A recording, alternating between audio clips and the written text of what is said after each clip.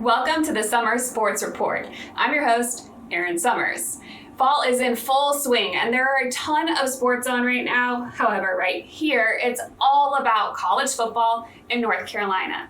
99.9 The Fan ESPN Radio host and longtime NC State beat reporter Joe Giglio joins me to talk all things Wolfpack ball. North Carolina is finally back on the football field. And we'll cap things off with a little Friday night football action as Campbell heads to Wake Forest. The Wolfpack faithful enjoyed a comeback win over Wake Forest in Game 1. Game 2 against Virginia Tech was nothing to cheer about. For that, I'm bringing in NC State guru Joe Giglio. Joe, I'm not going to make it about the quarterback. That's not what's going on with NC State right now. For you, what was the main issue for the Pack in their 45-24 loss to Virginia Tech? Yeah, number one, Erin, thank you for having me on. I appreciate you always. But number two, I just thought they got beat up front, right? Like against Wake Forest, their offensive line I thought was effective. They were physical. They were able to run the football. Defensively, they had issues against Wake Forest, no doubt.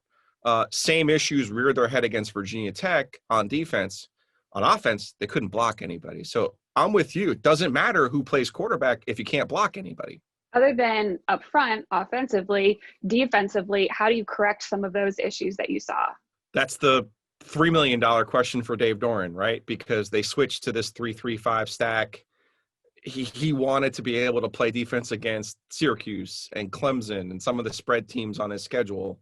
And it's kind of led to him getting gashed a bit on the run defense. Didn't help that they were missing Peyton Wilson, their best linebacker. Didn't help that they were missing Tanner Ingle, their probably top tackler, all things considered. I think Peyton has a chance of playing this week against Pitt. I'm not so sure about Tanner because his hamstring, it's one of those lingering injuries, right? It's just you almost wish it was a break or something cleaner that you can get the kid back. So their best bet would be to be better up front, right? I mean, they don't have a lot of talent in the secondary. Their best players are their linebackers, and they have to give their linebackers a chance to make plays.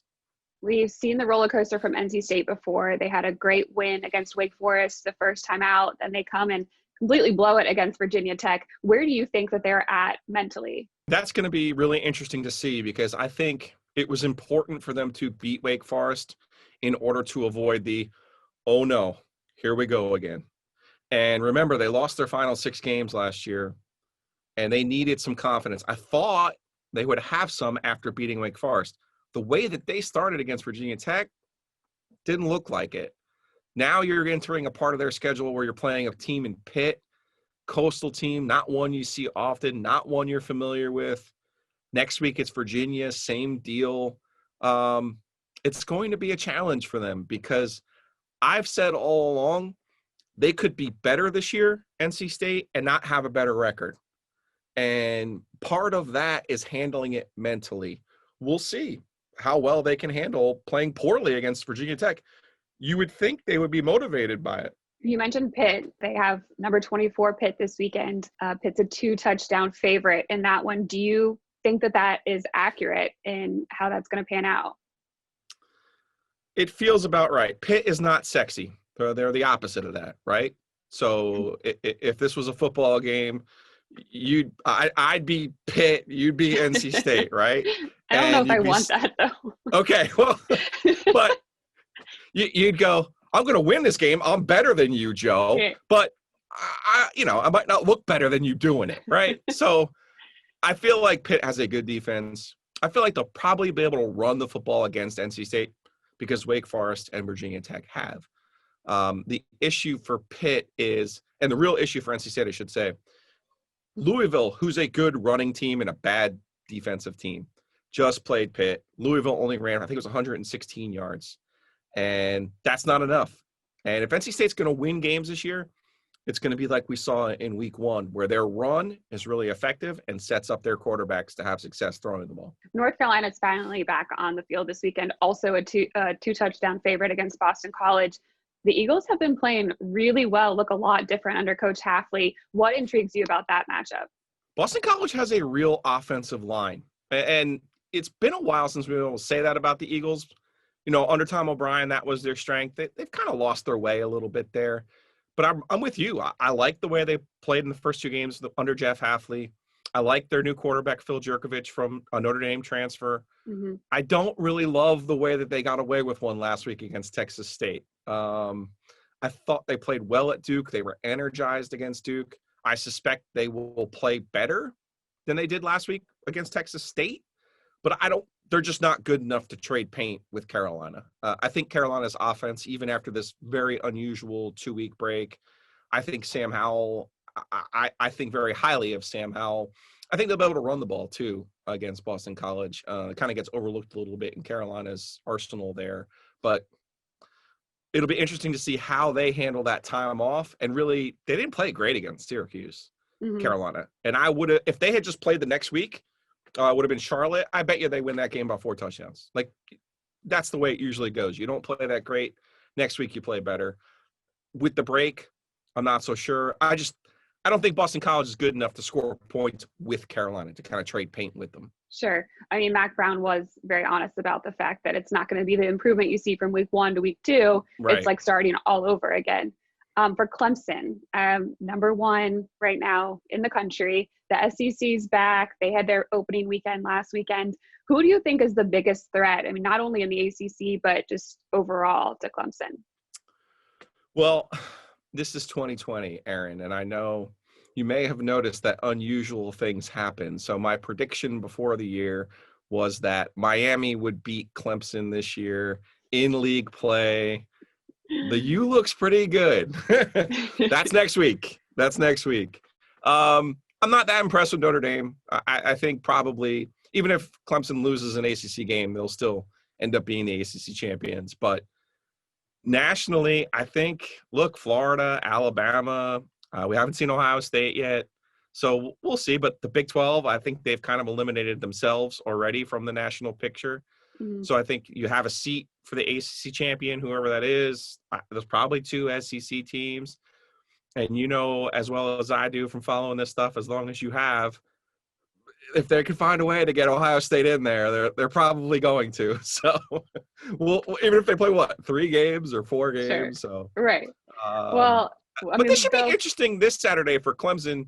Virginia, they don't have Bryce Perkins anymore. I was impressed last week. I know it was Duke, but I was impressed with just their physicality. Mm-hmm. That should help them this week. And I'm not quite sure they're going to get Clemson's fastball, if you will. I think Clemson might be looking a smidge ahead to Miami next week. We go from the best of the best to Florida State. Do they get a win this weekend? Yes. Jacksonville State, right? Trick question. I always feel bad about making Florida State jokes because their coach tested positive for COVID-19, and I feel like I shouldn't make jokes about such things, and I'm not. But I do feel like there was probably a part of him that was like, I'm glad they didn't win without me, right? Mm-hmm. I watched their opener against Georgia Tech, and I thought to myself, this does not look like a team that's any different from what we've seen from the last 3 years. Mm-hmm. Because remember, just go back to Jim Bo's last year. It wasn't just a Willie Taggart issue. And the offensive line is a mess. And, James Blackman, is he the guy? I'm not sure. I often think to myself how different the world would be if Sam Howell remained with his commitment to Florida State instead of going to Carolina. Now you look at the same thing with Jeff Sims at Georgia Tech. He had committed to Florida State, ends up starting for Georgia Tech, beats them in week 1. And to be so unsettled at that position where for so long they had an NFL quarterback, right? Mm-hmm. And it just feels like, I know it's not that simple. You mentioned NC State and Russell and Mike and some of the other guys they've had. Just because you have an NFL quarterback doesn't mean you're guaranteed wins. But it does put you on the right path, as we've seen with Sam Howell at Carolina. So I don't know if it's going to get much better. I mean, it's got to get better than 52-10 against your rival, right, for Florida State. But I don't know how much better it gets. My last question is, who took longer to do their hair today, you or me? Well, I was very concerned about this because I don't do my hair every day.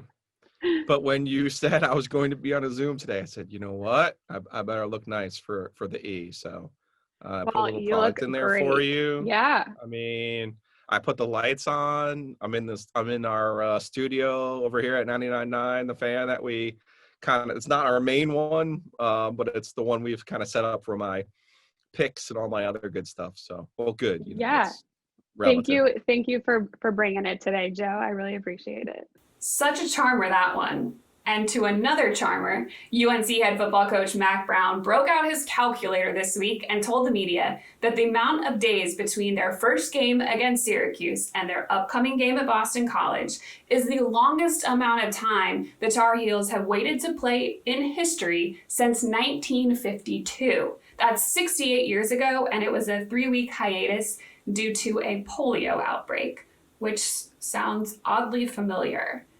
Coach Brown said that this game against Boston College is like completely starting over for the Tar Heels. Here's my favorite Brown bite from the week. I'm just excited to see how we are. I think we've got a chance to be good.